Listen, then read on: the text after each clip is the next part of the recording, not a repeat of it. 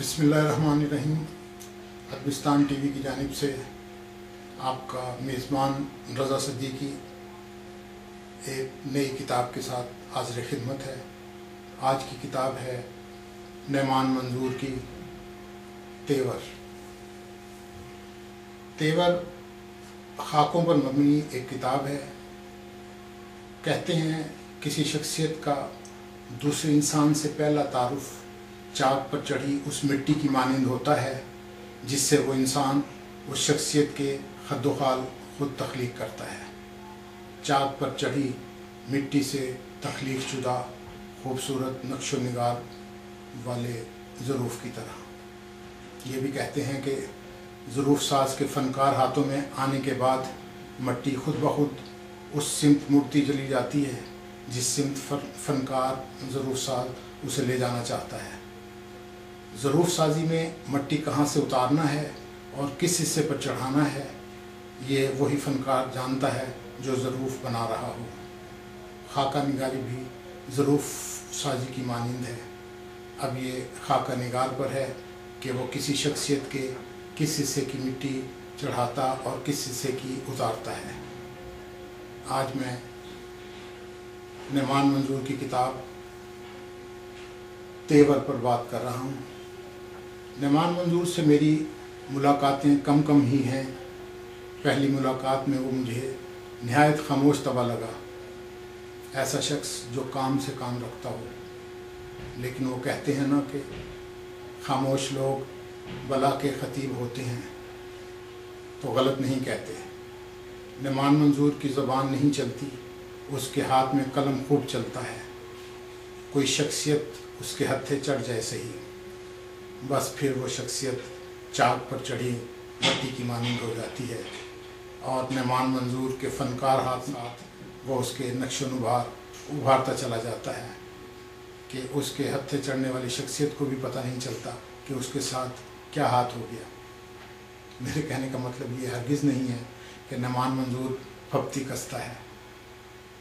वो अगर इंसान के अंदर छुपी शख्सियत और शख्सियत में छुपी जिबिल्लत की मुस्बत और मनफी पहलुओं को अलग अलग दिखाता चला जाता है, और यही एक अच्छे कलमकार की खसूसियत होती है।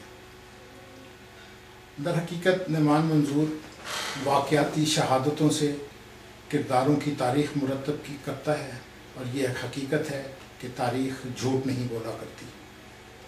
खाका निगारी का एक नुकसान और भी है। ये बात तारीख़ गवाह है कि सच आज तक किसी को हज़म नहीं हुआ। लेकिन नैमान मंजूर बहुत चालाक है। वो नश्तर चलाता है, साथ साथ ज़ख्मों में मरहम भी भरता चला जाता है। मारूफ शायर अब्बास ताबिश का खाका लिखते हुए वो कहता है कि मैं अब्बास ताबिश को गवर्नमेंट कॉलेज में एमए के ज़माने से जानता हूँ, और आजकल उससे मिलने के लिए पहले उसके बढ़े हुए पेट से मिलना पड़ता है, फिर कहीं जाकर जफ्फी डालने की मौका आता है। अब्बास ताबिश का पेट बड़ा और मुंह फूला फूला है। अब्बास ताबिश के चेहरे का रकबा सुहेल अहमद के चेहरे के रकबे से कम नहीं।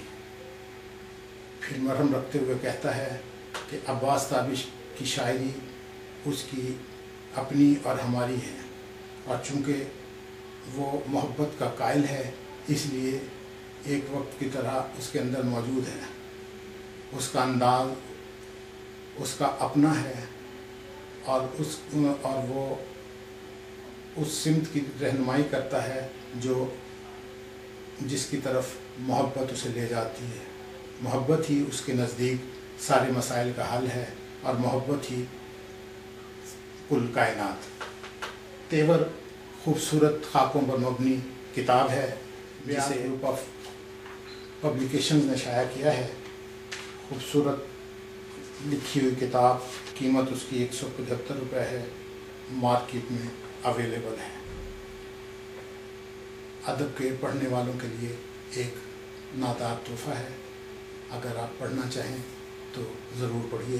ये نعمان منظور کی تصویر ہے اور یہ نعمان منظور کی کتاب کا سر ورق۔ رضا صدیقی کو اجازت دیجیے، آئندہ نئی کتاب کے ساتھ پھر حاضر ہوں گے۔ اللہ حافظ۔